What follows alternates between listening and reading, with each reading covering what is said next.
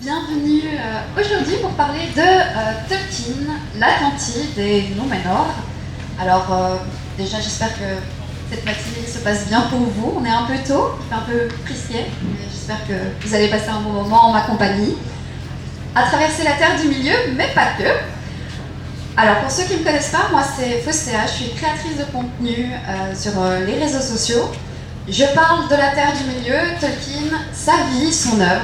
Je ne reste pas juste en Terre du Milieu, je parle vraiment de tout. Les inspirations de Tolkien, sa vie, les livres vraiment moins connus qui sont hors Terre du Milieu, bref, ça ne s'arrête pas juste à la Terre du Milieu, c'est vraiment tout.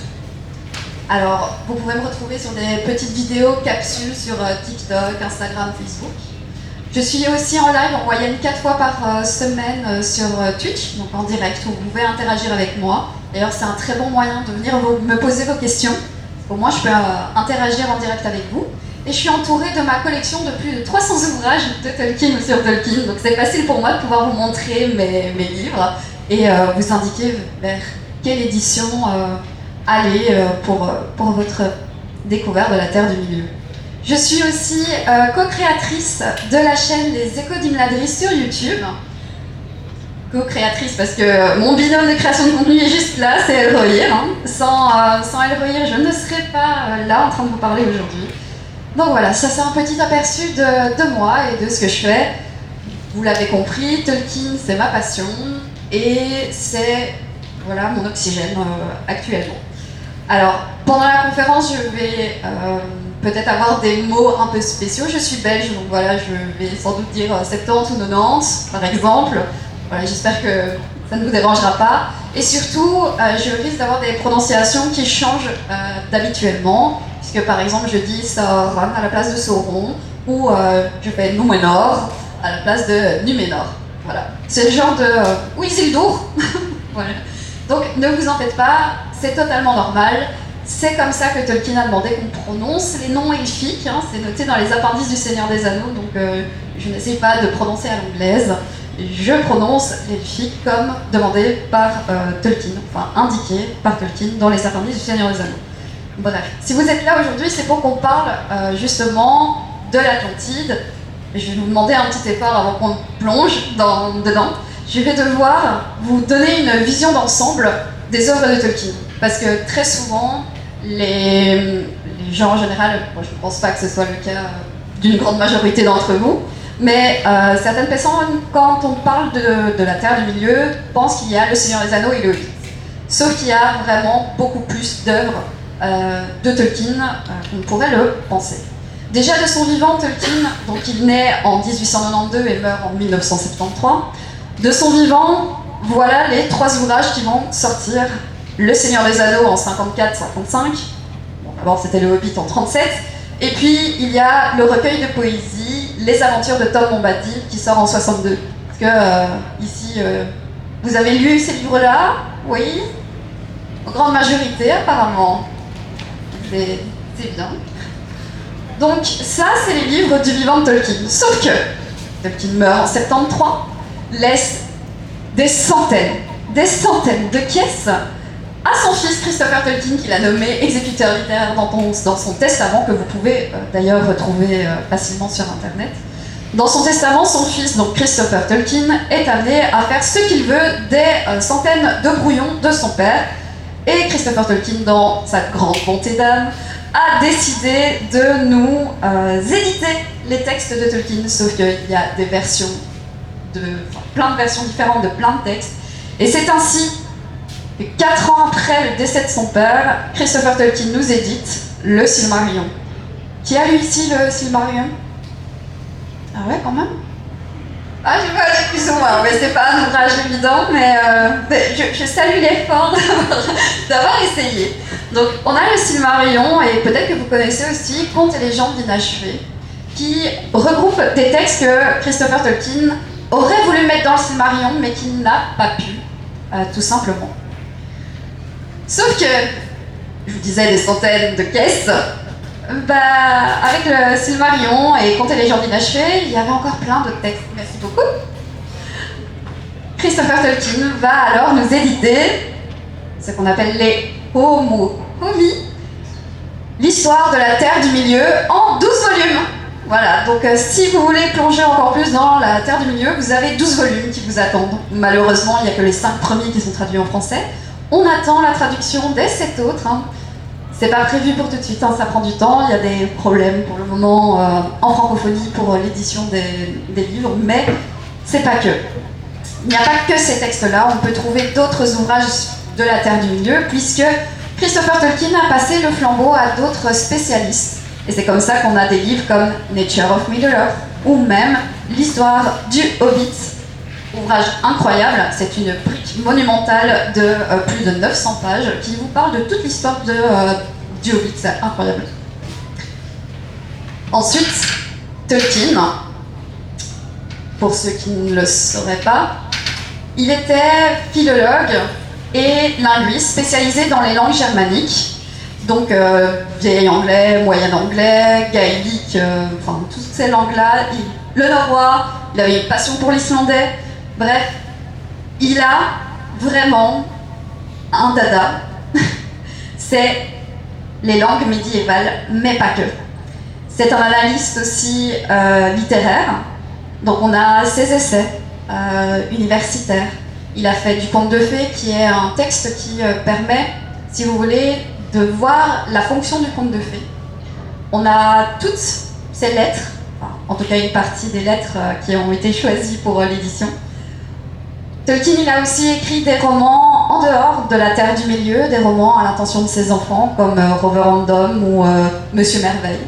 On a aussi, comme je vous disais, il est passionné de Moyen-Âge, des réécritures de textes médiévaux, ainsi, c'était un grand spécialiste du texte Beowulf.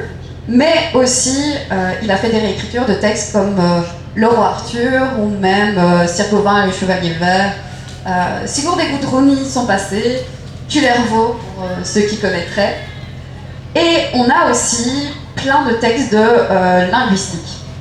Ça, c'est ce que j'appelle les textes hors Terre du Milieu, qui sont nombreux et souvent peu connus.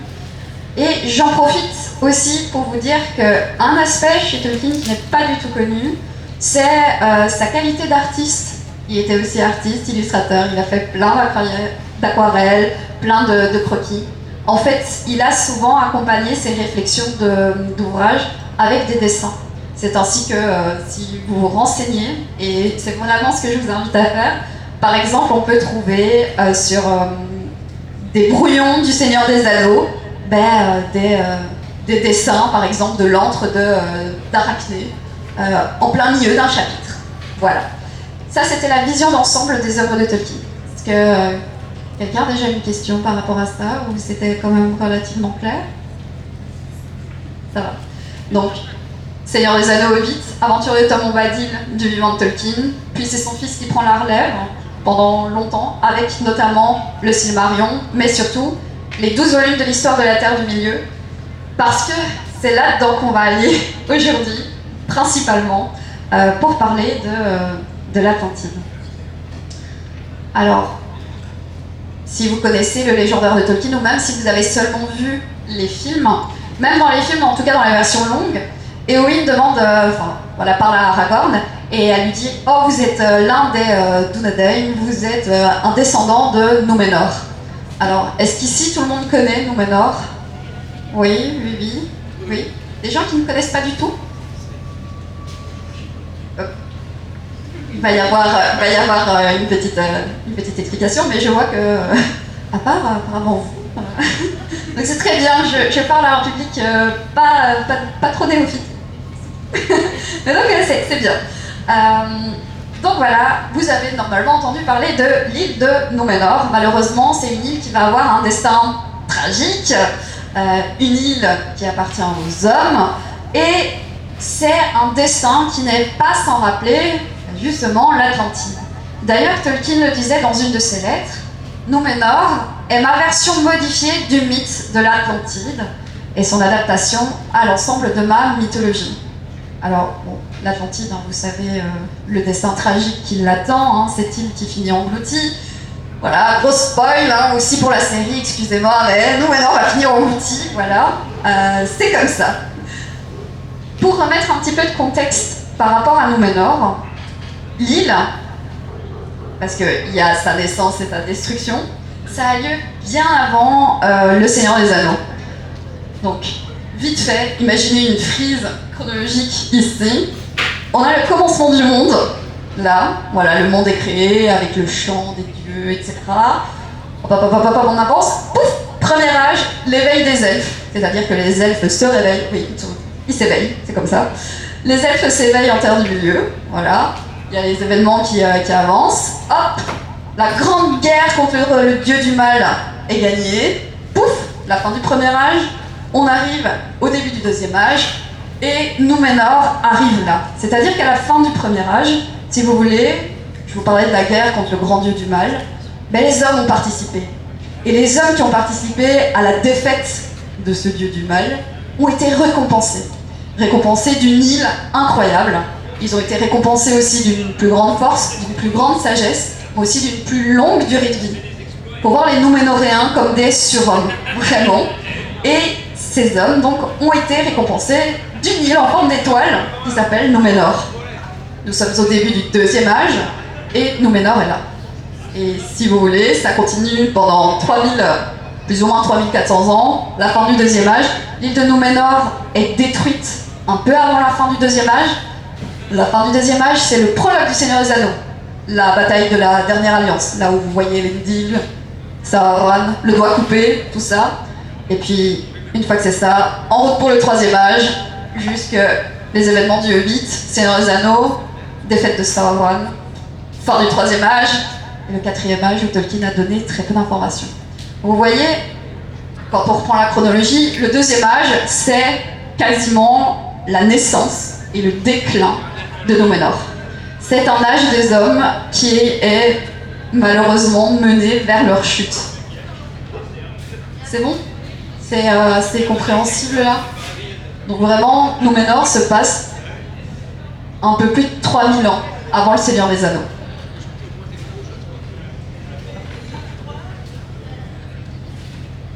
Alors, comme je vous disais, cette île, elle se trouve en plein milieu de la mer. Donc vous avez la terre du milieu pour vous ici. Vous avez Númenor, une île en forme d'étoile là. Et puis vous avez les terres immortelles qui sont ici. Númenor, les habitants, on les appelle évidemment les Núménoréens.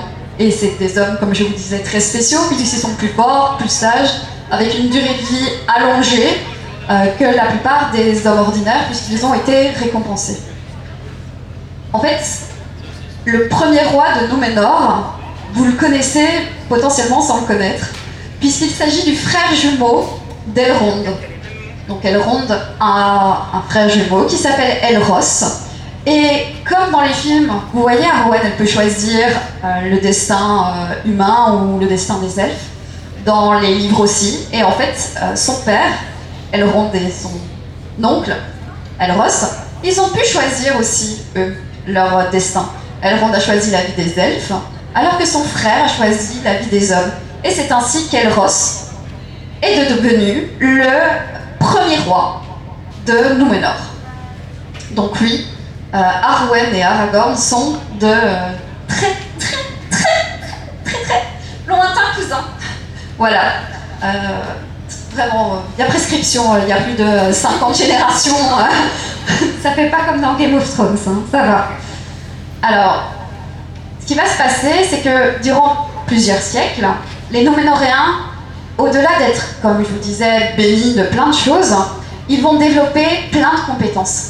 Des compétences architecturales incroyables, de la navigation, ce sont des marins hors pair, une agriculture développée, le travail pour la création des navires, etc. Enfin, tout est incroyable chez les Núménoréens et surtout ils apprennent beaucoup des elfes avec qui ils entretiennent de bonnes relations. Au fil du temps, Númenor, si vous voulez, il va sombrer dans une sorte de jalousie par rapport aux elfes. C'est-à-dire que les hommes, ils ont reçu un cadeau, le cadeau qu'on appelle des Rhûn Ilúvatar, qui est la mort, tout simplement, et l'inconnu après la mort. Les elfes, leur destin est lié au monde et ils savent que tant que le monde ne sera pas détruit, leur destin est lié à la terre, donc ils vont pouvoir être réincarnés à chaque fois. Mais les hommes, ils ne Et ça, en fait, les hommes, alors que c'est censé être un cadeau, voient ça comme quelque chose de... ça craint, quoi. Les elfes, ils sont immortels. En plus, quand ils meurent, ils peuvent avoir accès à la réincarnation. Vous imaginez bien que ça leur plaît pas. Donc, ils commencent à jalouser vraiment les elfes et même à se détourner donc, du dieu unique et aussi des autres divinités qu'on appelle les Valar. À partir de là, ils commencent à avoir une première scission dans Númenor et on va avoir ce qu'on appelle des gens qui vont rester fidèles aux elfes, mais aussi aux Valar. C'est ce qu'on appelle les fidèles. Les autres, ceux qui vont commencer à être contre, vont vraiment être avec des idéaux plus agressifs, plus orgueilleux, désireux de puissance et d'immortalité. Et les rois commencent aussi, eux, à aller vers ça. Donc, une peur de la mort est là, et ils commencent à briser les anciennes lois. Et puis, il y a quelqu'un que vous connaissez bien, qui va rentrer dans le tableau. C'est Sauron, évidemment. Lui, c'est un petit rusé. Il n'est pas connu pour sa force, mais c'est vraiment un petit rusé. Dans toutes les histoires, c'est un séducteur, vraiment, Sauron. Et, si vous voulez, il va se faire appeler le roi du monde. Et, je vous disais qu'il y avait de l'orgueil chez les rois. Le roi, à ce moment-là, de Númenor, qui s'appelle Ar-Pharazôn, il va entendre ça, il va être en mode mec, c'est pas possible, hein. C'est moi le roi du monde, c'est moi le roi des hommes, je vais aller me battre. Et en fait, il y a une telle armada qui arrive en terre du milieu qu'il n'y a pas une seule goutte de sang qui est versée. Sauron se met littéralement à genoux devant Pharazôn. Il n'y a pas de combat, rien du tout, tellement l'armada est incroyable quand elle débarque en terre du milieu. Sauron est fait prisonnier, et puis voilà, prisonnier, il devient conseiller du roi. Voilà. Et il a retourné le cerveau d'absolument tout le monde. Et il va réussir à convaincre les Núménoréens, là vraiment, d'abandonner toutes les vieilles traditions, de construire des temples, de sacrifier des hommes et d'adorer une sorte de nouveau dieu, le dieu du mal dont je parlais dans l'histoire de la Terre du Milieu, Melkor ou Morgoth. Et c'est dans un espoir précis, celui de triompher de la mort. Évidemment, Ar-Pharazôn va défier les Valar et va essayer de se rendre dans les terres immortelles pour leur forcer la main, pour avoir la vie immortelle. Ça va être une catastrophe. Là, les Valar sont en mode « Oh merde, les hommes, ils sont pas censés venir ici, qu'est-ce qu'on va faire ?» Alors, ils s'en remettent à leur grand dieu créateur de tout, qui a d'un claquement de doigts, va faire « Ok, je décide de détruire l'île de Númenor. » Les hommes là ont franchi une limite, c'est pas comme ça que ça doit se passer. Hop, l'île est engloutie. Heureusement, je vous parlais des fidèles, ces hommes qui étaient en soutien encore aux elfes et aux Valar, ils ont senti qu'il y avait quelque chose qui n'allait pas. Et donc ils se sont enfuis. C'est comme ça qu'Elendil, accompagnés de ses deux fils, Anarion et Isildur, ont fui et sont arrivés en Terre du Milieu. Et donc là, vous avez la suite avec la fondation du Gondor et de l'Arnor, notamment, et puis tous les descendants jusqu'à Aragorn. Mais voilà, Aragorn descend de ses fidèles, descend donc de Númenor, c'est aussi de la lignée royale, voilà, puisque c'est une branche... Oui, Tolkien il a été loin, tous les arbres généalogiques des rois de Númenor, vous pouvez tout retrouver, enfin, c'est édifiant. Bref, l'île a sombré. L'île a été détruite par le dieu unique, parce que les hommes étaient poussés par la jalousie, l'orgueil, et ça, c'est vraiment comme l'Atlantide. Dans sa correspondance, Tolkien, en plus de dire que Númenor c'était son Atlantide, il va commencer à avouer quelque chose, c'est qu'il a des cauchemars récurrents, à tel point qu'il appelle ça son Atlantis Haunting ou complexe, donc son complexe de l'Atlantide. C'est-à-dire que dans une lettre de 64, il explique Cette légende ou ce mythe ou ce souvenir confus de l'histoire ancienne m'a toujours troublée. Dans mon sommeil, je fais le rêve horrible d'une vague inexorable sortant d'une mer tranquille ou bien s'avançant menaçante sur les vertes terres. Il se produit encore à l'occasion, bien qu'il ait été désormais exorcisé par le fait d'écrire à ce sujet. Il se termine toujours par une défaite et je me réveille, suffocant comme sorti de l'eau profonde. J'ai à plusieurs reprises dessiné ou écrit de mauvais poèmes à ce propos. Donc c'est vraiment quelque chose qui a été une inspiration pour Tolkien, comme une sorte de catharsis. Voilà, c'est le fait d'écrire, de dessiner dessus, a fini à un moment de sa vie à être apaisé. Dans une autre lettre, il avait écrit qu'il se posait la question de savoir si ses cauchemars, il ne les aurait pas hérités de ses parents, parce que, chose curieuse, sans le savoir, sans en avoir parlé à ses enfants, son fils Michael lui a avoué un jour avoir des cauchemars récurrents aussi de cette vague. Et donc, il dit héréditaire pour l'un, je crois, de mes enfants seulement, même si je n'ai appris cela sur mon fils que récemment, et il ne le savait pas pour moi. Vous imaginez la coïncidence de dingue, vous faites le même cauchemar pendant des années, vous ne dites pas à vos enfants, et là il y a un beau-fils qui fait moi je fais le même rêve tout le temps. C'est assez marquant quand même.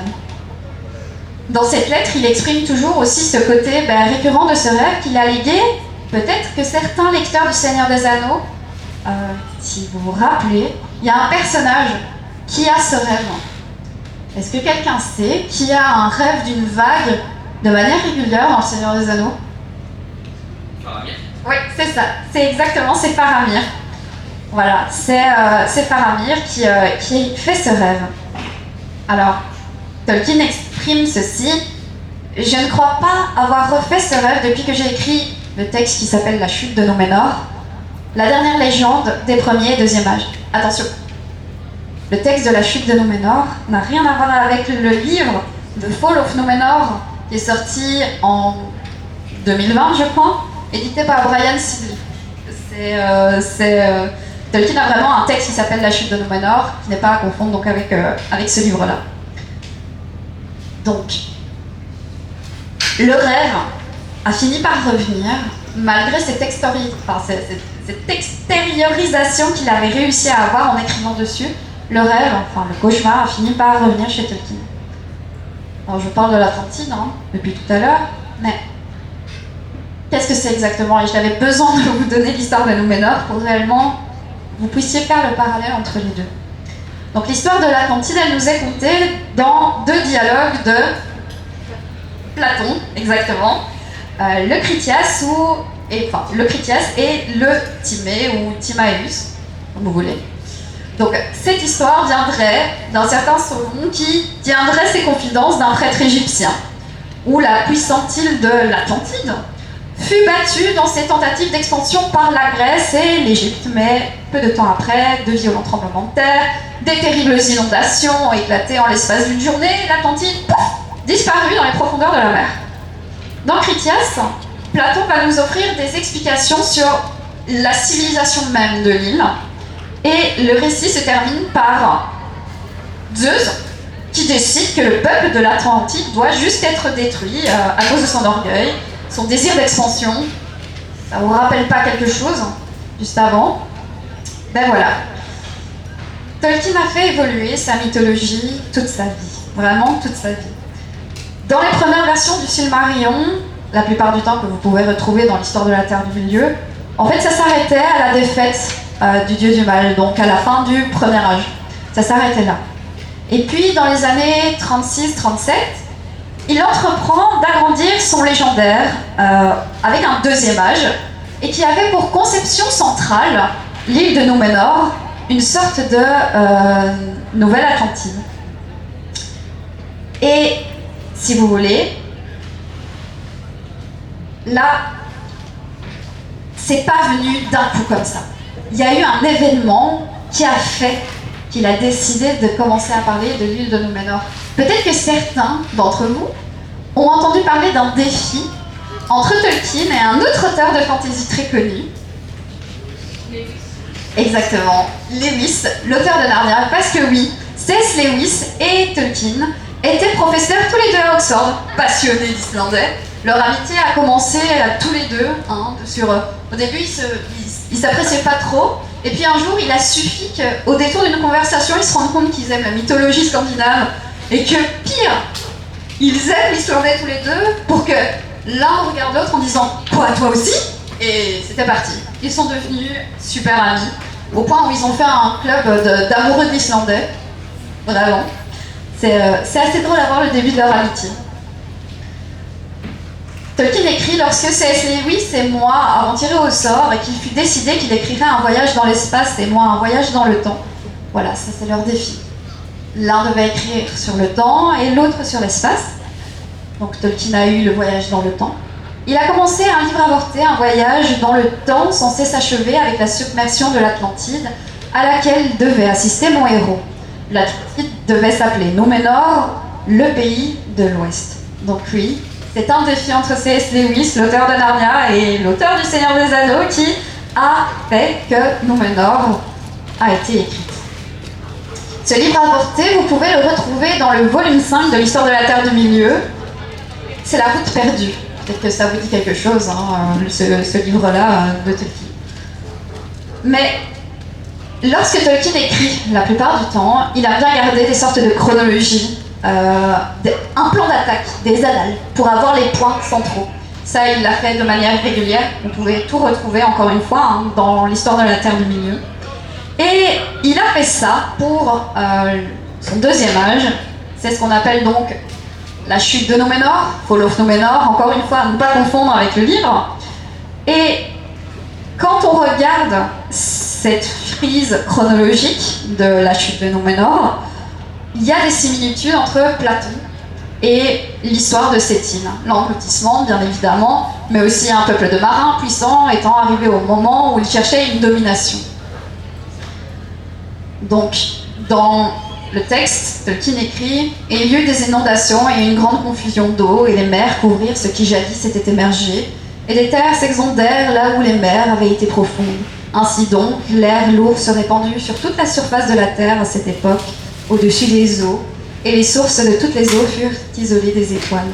Mais Númenor, qui se trouvait non loin et à l'est de la grande fissure, fut entièrement renversé, engouffré dans la mer, et sa gloire périt. » Mais ce texte, il date des années 30.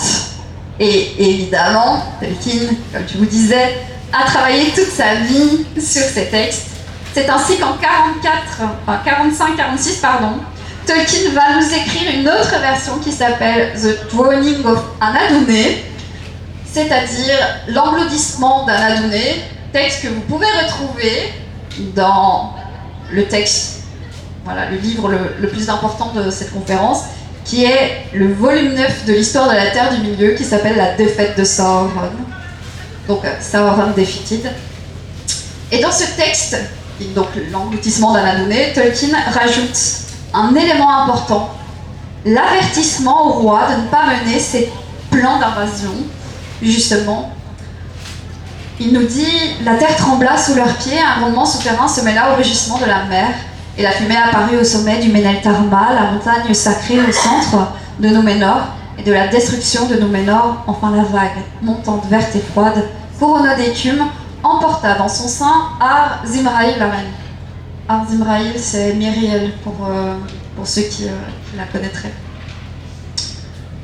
Tolkien rajoute là le Meneltarma, la montagne au cœur de Númenor qui devient un volcan et qui contribue à la destruction de l'île. Ça, c'est vraiment aussi quelque chose qu'on a chez Platon, c'est qu'il y a un volcan dans l'île qui détruit tout. Vous vous rappelez, je vous ai parlé de Faramir tout à l'heure. Voilà ce qui est dit à l'intérieur du Retour du Roi, livre 6, chapitre 5. Puis très vite, il leur sembla qu'au-dessus des lointaines montagnes se levait une autre grande montagne d'obscurité, comme une immense vague prête à engloutir le monde, et qu'elle était striée d'éclairs, puis une secousse parcourut la terre, et ils sentirent les murs de la cité trembler sous leurs pieds. Un son semblable à un soupir monta de toutes les terres alentour, et leur cœur se mit à battre tout à coup. « Ça là me rappelle Númenor, dit Faramir, et il fut surpris de s'entendre parler. « Númenor » dit Éowyn. « Oui, répondit Faramir, les terres de l'occidental qui se sont abîmées, Ces grandes vagues noires partout, sur les prairies et les collines, ne cessant d'avancer, mer de ténèbres inéluctables, j'en rêve souvent. Donc là, ça fait quand même beaucoup, hein. Númenor, c'est vraiment important pour Tolkien. Mais vous pensiez que c'était tout? Non, non, non, non, non. Et il est temps pour moi de vous présenter, et ça me rend vraiment très joyeuse parce que c'est un texte que j'apprécie vraiment beaucoup, de vous présenter les archives du Notion Club. Alors, qui connaît les archives du Notion Club ici? Vous les avez lues? Pas en entier. C'est vrai? Oh, trop bien. Oh, je suis refaite là.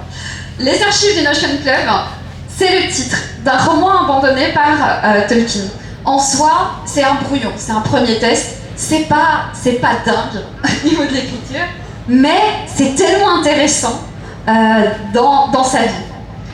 Donc en fait, il l'écrit en 45 et il est publié uniquement, voilà, vu que c'était un roman abandonné, il est publié donc dans le 9e volume de l'histoire de la Terre du Milieu, La défaite de Sauron. C'est un récit de voyage spatio-temporel et un peu onirique, écrit en même temps que le développement du Seigneur des Anneaux, parce que Tolkien il a mis plus de 10 ans à écrire le Seigneur des Anneaux, il a fait des grosses pauses, et pendant ces pauses, ben voilà, il nous a pondu les archives du Notion Club. Alors, pour vous faire un résumé, donc ce qu'on appelle les Notion Club Papers racontent les réunions d'un club littéraire fictif à Oxford. Quelle inspiration quand même Tolkien, hein. Il a vécu ça évidemment, il avait des clubs, hein. Je vous parlais du club de l'Islandais, c'est pas le seul club que Tolkien avait. Peut-être que vous connaissez les Inklings, hein. Ben voilà, c'est un club, ça se faisait fort à son époque, hein, des clubs comme ça. Mais alors, dans les archives du Notion Club, ce club littéraire fictif à Oxford a des rencontres dans les années 80, alors que Tolkien meurt en 73, donc il était déjà dans le futur. Alors, les membres de ce club fictif se réunissent régulièrement pour discuter littérature, science-fiction, rêve. Et au début, vraiment, c'est des sujets littéraires et théoriques normaux. Et puis certains participants ont commencé à raconter des expériences étranges liées au rêve et à la mémoire. On a un personnage qui s'appelle Michael Rammer, qui est l'un des membres et qui fait état de sortes d'expériences inhabituelles. Il explique que dans ses rêves, il peut se souvenir de lieux et d'événements situés dans d'autres temps, et il évoque notamment des rêves sur l'Atlantide. Ces récits rapportés lors de séances sont si précis et détaillés que d'autres membres du club se disent « Mais mec, t'y as été? C'est pas possible, enfin, c'est vraiment... Enfin, la manière dont tu racontes, c'est comme si t'y avais été. » On a un autre personnage qui s'appelle Alwyn Arundel Lodam, et lui aussi a des rêves un peu lucides qui deviennent progressivement de plus en plus intenses et élaborés. Et dans ses visions, il a des langues inconnues, des paysages qu'il n'a jamais vus et des événements dont il ne pourrait avoir connaissance autrement que s'il les avait vraiment vécus. Et au fil de ces séances, en fait, les rêves de notre Alwyn Arundel Lodam prennent une tournure encore plus dramatique parce qu'il va évoquer la chute d'une île, Númenor. Alors, ces récits, ça va décrire évidemment tempête, vent, engloutissement de l'île, comme si ces événements donc, se manifestaient à travers ses rêves. Et c'est là qu'il y a un autre membre du club qui s'appelle Jérémy qui va lui dire « Et moi j'ai fait le même rêve, et avec les mêmes noms. » Et c'est comme si tout était cohérent et qu'il y avait une récurrence des visions. C'est quand même chelou, hein. On est bien d'accord. Il y a un autre élément qui est un petit peu bizarre, c'est que je vous ai dit que Lodam, il avait comme nom Alwyn Arundel. Et dans le texte, il va nous expliquer les origines de son nom. Alwyn Arundel, c'est la modernisation de Elfwin Earendel. Que Earendel dit quelque chose à quelqu'un. Voilà. C'est un autre nom d'Earendil qui n'est autre que le père d'Elrond. Voilà. Encore un lien avec la Terre du Milieu. Ben, c'est fou ça. Laudam va alors raconter l'histoire de son père, un homme un peu bizarre qui a disparu en mer et voilà, Laudam a retrouvé le journal de son père. Le problème, c'est une langue impossible à déchiffrer. Et c'est depuis qu'il a trouvé ce journal qu'en plus Laudam avait commencé à faire ses rêves vraiment bizarres. Donc ça voudrait dire potentiellement que tous ces rêves sont aussi liés à son père. Ça veut dire que c'est pas juste les membres du club, mais ce serait quelque chose de plus grand. Bref. La langue impossible à déchiffrer, vous imaginez bien qu'elle est liée aussi à ces visions communes qu'ont tous nos membres ici. Tout cela est très étrange. Alors les séances du club commencent à mettre en évidence que les expériences de rêve, de ces rêves, ne sont potentiellement pas forcément des illusions en fait, ou des inventions. Et puis un jour là, il y a Jérémy et Laudam qui, devant les autres qui comprennent pas ce qui est en train de se passer, sont limite dans une transe où ils sont en train de revivre la chute de Númenor. Comme s'ils étaient d'autres personnes et ils revivent l'événement devant les autres. En fait, c'est là où on a vraiment comme si les souvenirs ancestraux reprenaient le dessus. Plus tard, on apprendra dans l'histoire que le journal du père, dont je vous parlais, a été traduit à l'aide d'un certain professeur. Là, d'un certain professeur Rajbold. Et Tolkien, il est marrant, hein. C'est lui. Rajbold, c'est la traduction du mot allemand Tolkun, qui veut dire téméraire, et dont dérive le nom de famille de Tolkien. Voilà. Donc Tolkien a joué avec les mots. Hein. Il s'est littéralement mis dans les archives du Notion Club en tant que professeur Rajbold, qui veut dire donc téméraire. Donc finalement, le livre, le journal du père, a pu être traduit, déchiffré. C'est un mélange de vieil anglais avec des dialectes d'Angleterre médiévale. Et le texte parle, devinez de quoi? De Númenor et sa chute. Donc, j'en profite pour vous dire, en même temps, que cette langue, il y a d'autres langues, mais c'est principalement une langue qui est très très bien mise en avant dans les archives du Notion Club, c'est la Dunaïque. La Dunaïque est une langue inventée par Tolkien, et c'est la langue de Númenor. Donc dans les archives du Notion Club, un texte qui est à première vue hors Terre du Milieu, puisque c'est quand même un cercle littéraire Oxford au départ, c'est un des textes qui nous donne le plus d'informations sur la Dunaïque, la langue de Númenor. Donc ça c'était, grosso modo, le résumé des archives du Notion Club. Et vous pensiez que c'était tout? Tolkien, en plus d'inventer tout ça, a créé une histoire pour les documents qui ont été retrouvés. C'est-à-dire qu'il a fait une histoire fictive pour le manuscrit des archives du Notion Club.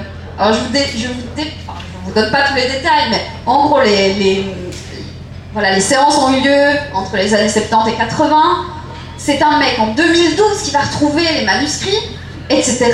à Oxford, et puis voilà, il va y avoir une première demande d'examiner les manuscrits, et puis il va y avoir des preuves contradictoires par rapport à la datation. Bref, c'est vraiment... voilà, le sens du détail chez Tolkien, c'est quelque chose.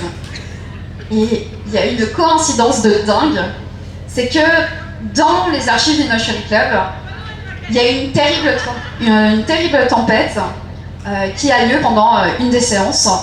Elle a lieu en 1987. Alors je ne sais pas s'il y a des gens qui sont au courant ici, mais en Angleterre, et ça a touché une partie de la Bretagne et une partie de la péninsule du Cotentin, en octobre 87, il y a eu une terrible tempête qui a frappé l'Angleterre. Tolkien est mort en 73, je tiens à le rappeler, mais donc c'est comme s'il avait prédit vraiment 40 ans à l'avance qu'il y allait avoir une terrible tempête.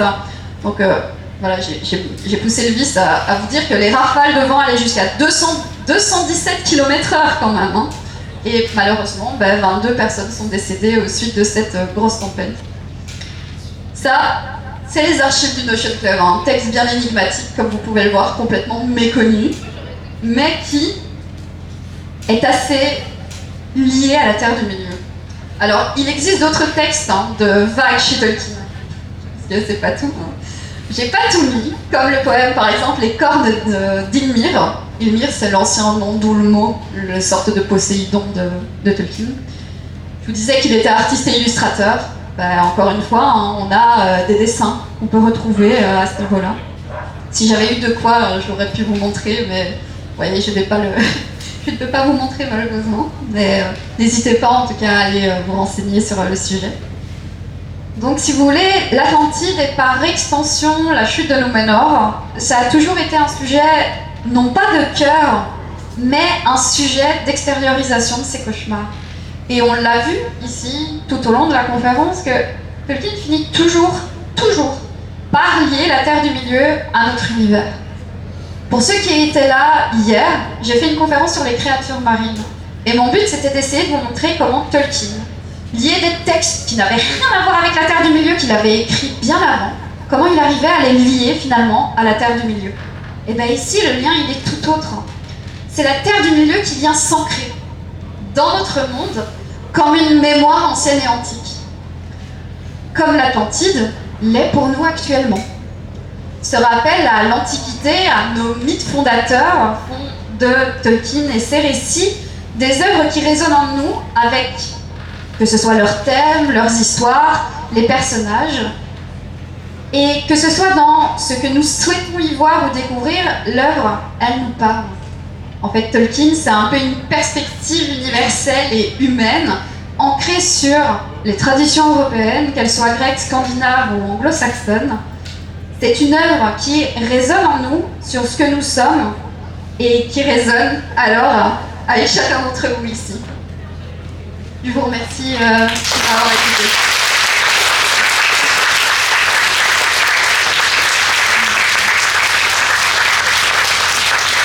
Merci beaucoup.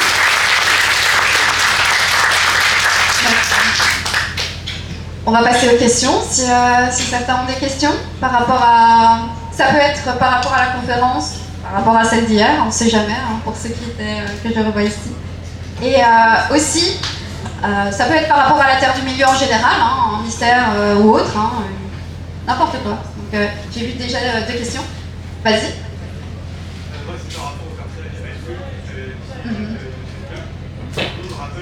le narrateur dans les mots perdus, est-ce que c'est... Oui, c'est exactement ça. Donc, difficile dans une conférence ici de vulgarisation qui se veut à plus grand public de mentionner Elfwine. Elfwine, voilà, je vous avais parlé du personnage de Lodam, hein, qui a le nom Alwyn Arundel Lodam. Je vous ai dit que c'était Elfwine et Arundel. J'ai insisté sur et Arundel, j'ai pas insisté sur Elfwine, parce que Elfwine, il rappelle quelque chose au lecteur de l'histoire de la Terre du Milieu. C'est un personnage, mais d'une importance capitale, mais que beaucoup de personnes qui ne connaissent juste Le Seigneur des Anneaux, le Hobbit ou voir le Silmarillion ne connaissent absolument pas, puisque Christopher Tolkien, le fils de Tolkien, a fait le choix de le bazarder hors du Silmarillion, alors que c'est, si vous voulez, c'est l'homme qui a trouvé et qui a écrit les récits des elfes dans un manuscrit que Tolkien a trouvé et a traduit. Grosso modo, c'est ça. Donc Elfwine, c'est un personnage giga important de la mythologie de Tolkien. Et il est aussi connu sur le nom d'Eriol, pour ceux que ça intéresse. Mais donc oui, difficile d'essayer de vous expliquer en détail pour Elfwine à des personnes qui ne connaissent pas le texte. Ça mériterait une conférence à lui tout seul, hein, Elfwine, mais merci pour la question, c'était totalement ça, et malheureusement je ne peux pas rentrer dans les détails ici. Merci. Est-ce qu'on a une idée de la longévité des habitants du Númenor? Alors oui, on a une idée. En gros, plus le temps a passé et plus leur longévité a commencé à diminuer. Donc il faut compter facilement 200 ans pour les hommes normaux, parce que la lignée royale, elle, c'est pas la même chose. Parce que je vous ai dit qu'il y avait Elros, le premier roi de Númenor, le frère jumeau d'Elrond. Il a quoi comme sang, Elros? C'est un elfe aussi. Il a du sang elfe. Et le sang elfe, ça met des millénaires. Aragorn, il est censé ne pas avoir de barbe, pour Tolkien, parce que le sang elfique ne permet normalement, bon, il y a des exceptions, ne permet pas d'avoir de barbe. Donc en fait, ça met du temps le sang à se diluer. Donc la lignée royale a du sang elfique en plus d'être des surhommes, ce qui fait que Elros, il a plus ou moins 500 ans quand il meurt. Il a un règne de 450 ans. C'est assez grand. Et Aragorn, des millénaires plus tard, meurt à 210 ans. Voilà. Donc, les hommes de Númenor ont une longévité déjà plus grande. Et je tiens aussi à signaler que, pour ceux qui ne le sauraient pas, quand je vous ai dit que c'était des surhommes, c'est pas n'importe quoi, Elendil faisait 2,40 m. C'est des surhommes. Voilà. Est-ce que quelqu'un d'autre a une question? Je parlais du livre qui a rien à voir avec du coup, ça parle de quoi Alors, très bonne question. Donc, peut-être que vous savez que les éditions Christian Bourgois avaient annoncé il y a quelques années la sortie, en tout cas la traduction du livre The Fall of Númenor, donc la chute de Númenor. Sachez que ce projet a été totalement abandonné, il ne verra pas le jour pour le moment. Je vous disais qu'il y avait des problèmes en ce moment dans la maison d'édition, malheureusement, qui a les droits de Tolkien. Le projet est totalement abandonné. C'est un livre, The Fall of Númenor, qui fait un petit peu la même chose que les livres de Beren Lúthien et la chute de Gondolin. C'est-à-dire que tous les textes qui traitent du deuxième âge, que tu retrouves partout dans l'histoire de la Terre du Milieu, mais pas que, parce qu'il y a aussi Nature of Middle-earth par exemple, ils ont mis tous les textes qui parlaient du deuxième âge dans un seul ouvrage. Ce qui permet, voilà, pour des personnes qui font des recherches, d'avoir absolument tous les textes qui traitent de ça. Donc on a par exemple beaucoup de textes de la chute, enfin, de la route perdue, etc. à l'intérieur. Mais voilà, malheureusement c'est un livre qui ne verra pas le jour tout de suite en français. Je suis vraiment désolée pour ceux qui ne lisent pas l'anglais, c'est vraiment dommage. Parce qu'il y a beaucoup de pays autour de la France et la Belgique qui ont leurs livres, enfin tous ces livres-là qui sont traduits, nous on est vraiment en retard. Mais ça me permet, moi en tout cas, de pouvoir vous parler, vous faire découvrir la Terre du Milieu pour ceux qui ne lisent pas les livres en anglais. Hein. J'ai encore du travail, hein. Je vais mettre du temps alors à traduire tout, comme ça je pourrais vous apprendre plein de choses. Raison de plus pour me suivre. Voilà. Quelqu'un a une question? Oui.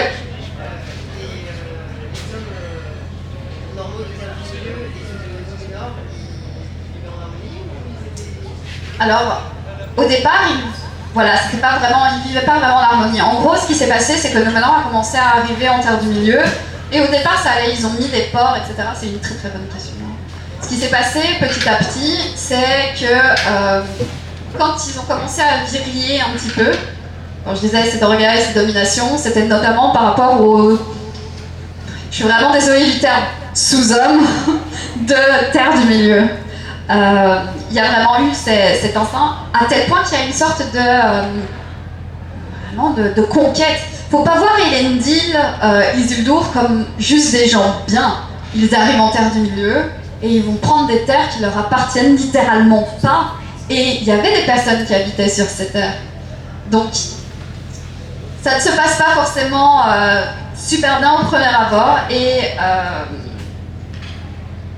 on le voit avec le roi des morts.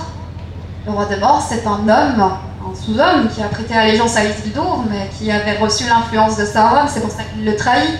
Donc en fait, c'est pas juste le trahir pour le trahir parce qu'il y avait Sauron, mais c'est aussi des hommes qui ont vécu l'invasion. Il y a un superbe texte de Tolkien, assez méconnu, qui s'appelle Tal el-Mar, qui est dans le 12e volume de l'histoire de la Terre du Milieu, qui s'appelle Peoples of Middle-earth. Donc ce texte inachevé nous raconte comment un mec, un sous-homme donc, qui est... Vous voyez la carte de la Terre du Milieu?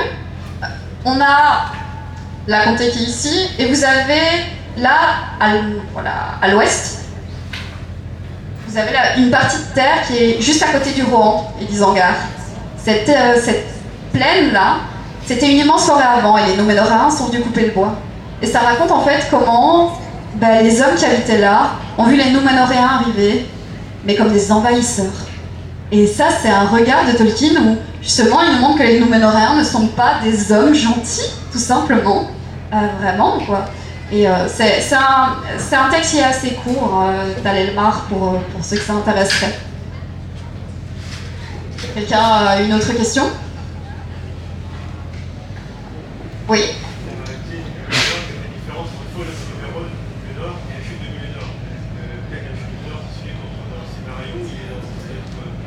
Alors, le texte qu'il y a dans le Silmarillion à Calaveth, il est fait avec des fragments d'un petit peu partout. Tu vois, je parlais des sortes d'annales qu'il y avait. Il est basé principalement sur les annales de la chute de Númenor, mais qui est appelé donc à Calaveth dans le Silmarillion. Parce que dans le Silmarillion, si vous voulez, voilà, le Silmarillion est composé de plusieurs parties. Vous avez l'Einuin Dale en premier, qui est le chant de création du monde. Vous avez la Valaquenta, qui est la présentation de toutes les divinités, grosso modo, de l'univers du Silmarillion.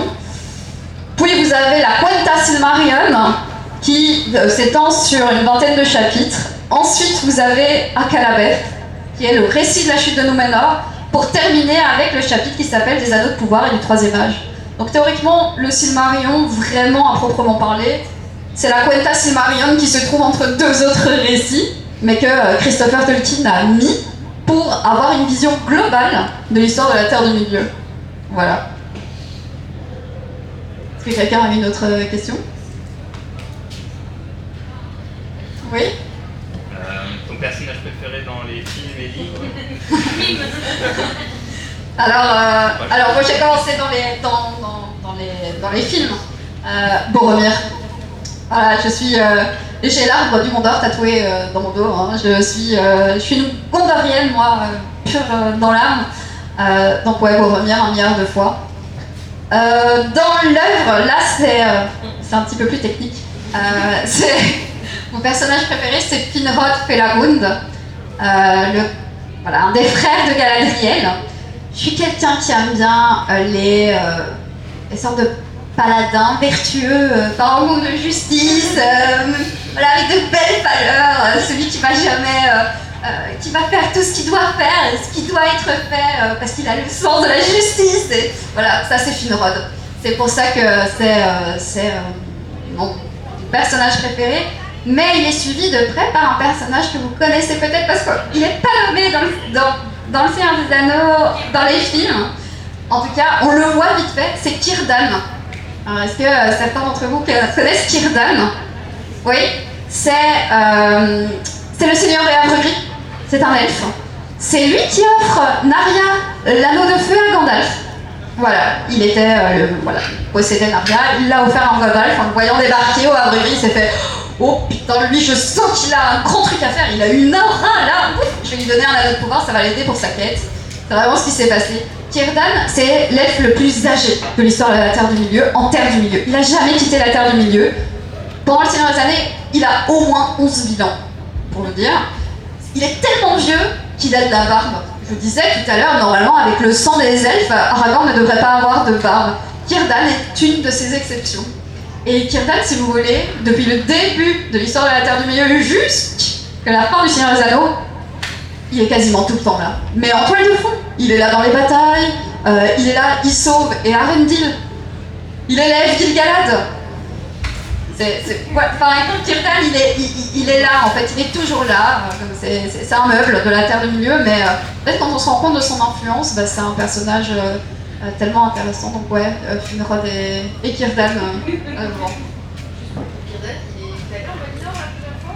Non, Círdan n'est pas allé en Valinor, et d'ailleurs son plus grand rêve, et c'est pour ça qu'il est incroyable, c'est parce qu'il vit avec une immense mélancolie. Il rêverait d'aller en Valinor, mais par loyauté, parce que voilà, encore par en longue vertu, je vous disais, par immense loyauté envers son seigneur qui est Éloué. Peut-être certains connaissent dans le Silmarillion sous le nom de Elufingol, le roi des elfes Sindar. En fait, Círdan est resté tout simplement en Terre du Milieu. Et en fait, les Valar, et ça c'est noté dans un texte qui parle de Círdan, qui est dans le volume 12 de l'histoire de la Terre du Milieu. Círdan est un elfe qui a reçu un don de la part des Valar, un don de clairvoyance, pour sa mission justement de soutenir les elfes dans leur traversée. Et c'est pour ça qu'il ne partira pas de la Terre du Milieu tant que tous les elfes ne seront pas partis. Donc, voilà, à la fin, normalement, Círdan finit par quitter la Terre du Milieu et enfin aller en Valinor. Il l'a bien mérité. Franchement, s'il y a un personnage dans tout l'univers qui le mérite, c'est bien lui. Voilà. Quelqu'un... Oui? Où est-ce qu'on pourra retrouver ces conférences? Alors, super bonne, très bonne intervention. Mes conférences seront disponibles sur ma chaîne YouTube de VOD. Voilà, vu que je fais des live Twitch, j'ai une chaîne de rediffusion en fait. Et je vais mettre mes conférences là-dessus. Donc voilà, si vous cherchez Faustea sur YouTube notamment, vous pourrez trouver. Je fais en ce moment une analyse du Silmarillion tous les mercredis soirs sur Twitch. Voilà, on a lu Les Inuits d'Allée puis la Valaquenta. On va commencer vraiment à rentrer dans le Silmarillion ici à partir de mercredi, donc vous êtes les bienvenus pour découvrir ça sur ma chaîne Twitch. Ça sera chaque semaine, sachant que pendant les grandes vacances, j'ai analysé le Hobbit chapitre par chapitre. Voilà. Je ne vous propose pas de la lecture, hein. Voilà. Au niveau des droits, j'ai pas envie d'avoir de problème. Par contre, vous fournir de l'analyse, mais aussi une histoire éditoriale, ça me tient à cœur. Voilà. Parce que comme vous avez pu voir, les textes de Tolkien, Christopher a fait ce qu'il a pu pour tout harmoniser, mais donc en fait il existe plein de versions différentes et c'est ça qui est magique aussi dans l'œuvre. Voilà. Est-ce que quelqu'un a une question? Non? Non? Ok. Je vais en profiter ici pour faire des grands remerciements. Déjà, remerciements à Cyril Dragon de m'avoir permis de faire ces conférences. Hier était ma première conférence, vous êtes donc ma deuxième conférence et je vous remercie en tout cas d'être ici. Je tiens à remercier mon armée ici de post-it. Hein. Voilà, j'ai des personnes qui ont traversé la France pour venir me voir, hein, des personnes qui me soutiennent au quotidien dans ce que je fais. Je les remercie beaucoup. Et puis, je tiens principalement et surtout à remercier mon binôme de création de contenu, Elroyer.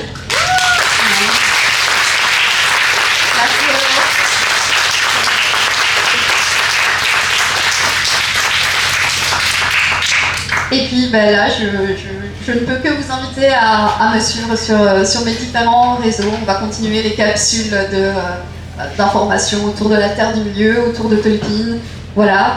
Sur la chaîne des Échos d'Imladris, ma chaîne YouTube, j'ai une vidéo sur les vraies origines de Tom Bombadil de 41 minutes qui arrive. Voilà. Le week-end prochain. Donc si vous voulez tout savoir sur Tom, parce que là encore, si vous vous basez sur les textes, vous n'avez pas de réponse, c'est une énigme. Mais si vous allez en dehors des textes, voilà, tout s'éclaire. Voilà. Peut-être à bientôt en Terre du Milieu. Lisez du Tolkien. Voilà.